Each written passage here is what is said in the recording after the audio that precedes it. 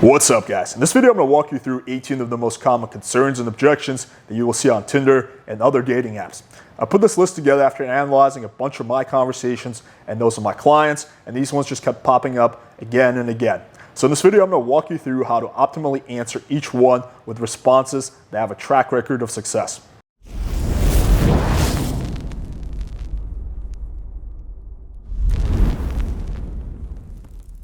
All right, so I divided these up into three different categories. First, we have general, then we have sex-related, and then we have last-minute hesitation. So let's just jump right in. So commonly, if you're talking to a girl on Tinder or a dating app, especially if you have a model-looking profile, she might ask, "How do I know you're real?" A lot of girls are weary about being catfished, and there's a very simple way to answer this. You simply say, "You can add me on Instagram, or I can send you a selfie." Basically, just give her two choices. If you don't have Instagram, you can say, "We can video chat, or I can send you a selfie." Basically, any number of those things. Very simple, completely solves that concern. Then we have, if you've been sexualizing the conversation, if it's pretty clear that this is going to be a fuck date, the girl might say, "Are you clean?" This is also not the time to make jokes. Here you simply say, "Yes, you're as well, I hope." And by saying, "You're as well, I hope," you're basically showing that you also care about safe sex by inquiring her about her STD status. Then we have, if you're traveling, maybe you're in Colombia or you're in Eastern Europe, a girl there will commonly ask you, "What brings you to," and then insert her country.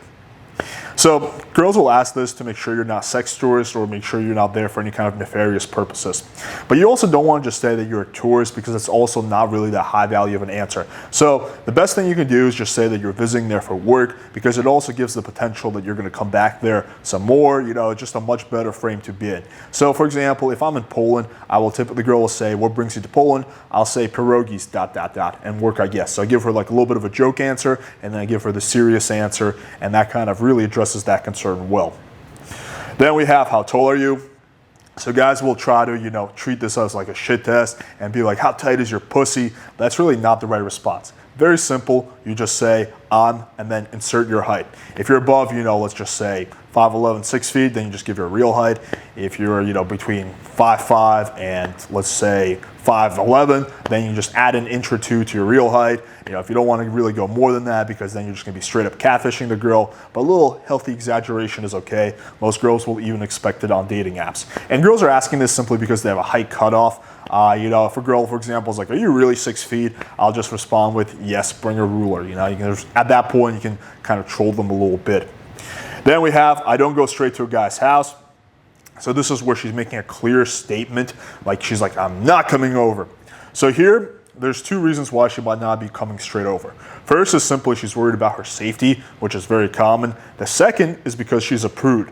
And typically you want to get more information to figure out what category she's in. So I will respond with "stranger danger?" ? And then her answer will tell me what category she's in. If she says yes, or "Yeah, I'm weary of going straight to a guy's house," then I know it's that. And I'll say, "It's okay, we can meet at a bar nearby first." So very simple. If it's more like, "Oh, well, I'm just not that kind of girl," then like, okay, maybe she's a little bit on the prude side. Then I have to make a game time decision whether, it's worth it for me to meet her, how good the connection is, how attracted to her I am, that sort of thing. And then, of course, commonly you will get, especially if you're closing really fast, if you're going for the meetup right away, or the girl has a little bit of an unanswered hesitation, she might get, "I need to know more about you." So what you don't want to do is you don't want to just start listing random things about her. Like, "Oh, is a chess club master?" No. You want to actually figure out what she wants to know. So you just simply say, "What would you like to know?" Super simple, super straightforward, usually does the trick. And then, of course, we have, if you're going for older ladies, MILFs, some variation of "You're too young for me." And I've gotten this quite a few times, and throughout my, MILF hunting history, I've developed the most optimal answer to answer this concern. You say, "Age is just a number. I've dated a woman from early 20s to late 40s. It always came down to the person, not the year on their driver's license." So that's the reframe. And then flipping it around, "One big plus I found with older women is a higher sex drive and better communication, which matches with me."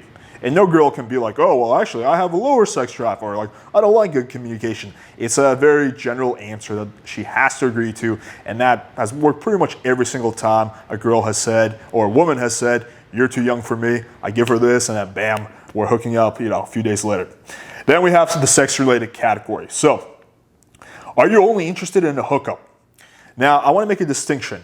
You want to give this answer if she's asking it like a question. So if she's asking you a question, are you only interested in a hookup? You might say, no, I'm pretty open, no expectations on my end, or something along the lines of that. You know, you're answering her questions. You're like you say no, because that is the true answer if you think about it. Like, you're not just looking for a hookup. I mean, very few guys are intended just to have a one-night stand. Most guys generally, you know, they want to have sex, but they're also open to something more if it's the right girl. So that's kind of the message you want to convey. Now, if a girl says, this is a different category, if she says you're only interested in a hookup, so instead of asking the question, she's making a statement, then you have to address it a little bit differently. So here you would say, when exactly did I say that? So basically you want to make her question her assumption, and then she'll say, well, no, you never did, but I just assumed, and then you can proceed to reframe it. And then of course we have, what are you looking for on here?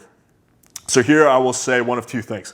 I will say, meet a cool girl I have chemistry with, if I sense that the girl is a little bit on the prude side, or if I feel like, you know, she's a little bit more on the adventurous side. And most of the time it will be this answer. I'll say, meet a cool girl I have chemistry with, maybe break my multiple oral orgasms record. And I really like this response because, first of all, it reframes the whole thing. It's like, hey, I'm not just here for a one-night stand. I'm actually looking for something a little bit more substantial. And this is also a very accurate answer because I do want to meet a cool girl who I have a chemistry with, not a lame girl who I don't get along with. And of course, break my multiple oral orgasms record is the reframe. It's like, oh shit, what's your record? And then, you know, just sexualizes it really well. And then you'll get this occasionally if a girl says, I'm not looking to do anything sexual, or some variation of that. Like, if I come over, we are not having sex. Now, the key here is that she's doing this before the meeting is set. So this is not like a last minute thing, which you will see in the next category. She's bringing this up, you know, when you're actually trying to make the date. And if that's the case, then you will probably basically want to get more information. Is she saying this because she's a prude, or is she saying this because she's been burned, you know, in terms of sexual experiences in the past, and she's just worried that you're going to use her for her body? So I'll say, do you hate sex or something? And the girl will most likely be saying, no, I don't actually love sex, but blah, blah, blah. And then she gives her real concern and objection, which will be, you know, any one of the previous things I mentioned, and then you have to address it. Now we have the last minute category. So this is when the meeting is set, you know, it's about to go down, you know, the girl's like going to be over an hour, or maybe she's going to be over later on that day, and then she hits you with a last minute concern, last minute hesitation. And a lot of guys here, they overreact, you know, they become needy, they start blasting her phone, or they get pissed off. You don't want to do that. You want to stay calm and answer her concern with the most optimal answer. So one thing that you might get is, what do you expect tonight? You know, what are your expectations? So here what the girl is basically getting at is, she doesn't want to go to your place with the expectation that she has to have sex with you. She wants to have the option to say no, which is of course very common and totally understandable. So I will typically respond with something like, I like to let things unfold naturally, no expectations on my end. Which you're basically saying, hey, we're going to hook up, but I don't actually expect it to happen. So you don't want to give her a totally wimp response. You don't want to be like, nothing, we're just going to talk about our feelings, you know, and watch a movie, you know, something like that. Like, and then when she comes over, she's like, oh, I took you literally. I thought you were actually going to be a little bitch. Then we have, but I'm not going to have sex with you. So this is very similar to the one we talked about a few examples ago, but the difference is that she's saying this last minute. So she's saying this literally like as she's about to come over, but sex is not going to happen tonight. But you know, like it's like if you're at a bar and you're about to bring the girl back to your place, and then she's like, okay, but if we go back to your place, we're not having sex, right? Like everyone knows that means that the sex is going to happen, but she just wants you to logically put her at ease. So here I will just simply say, no expectations on my end, and literally the vast majority of the time, these girls are just as DTF as other girls. They just want you to basically placate their logical side, you know, their anti-slut defense. Then we have, I may be tired though. So this is when a girl is saying like, I don't want this date to be a big deal. You know, I don't know if I have the energy for a big formal date. And here all you have to do is say, oh, don't worry. One of my famous massages will wake you up. It doesn't even really make logical sense because a massage, if anything, will put you to sleep. But that just works really well. Then you have some variation of, you want to meet us straight at your place. What if you're a catfish? What if you're a serial killer? Basically, a last minute hesitation to come straight to your place. And here what I will do is I'll say, well, I was going to meet you in the lobby to make sure you're not a 300-pound albino guy, or you can say 300-pound, whatever, any kind of guy. Basically, you're doing two things. You're saying you're going to meet her in the lobby, which is the logical side of it, and then you're making a joke to diffuse the situation. And this response has also worked extremely well for me in the past.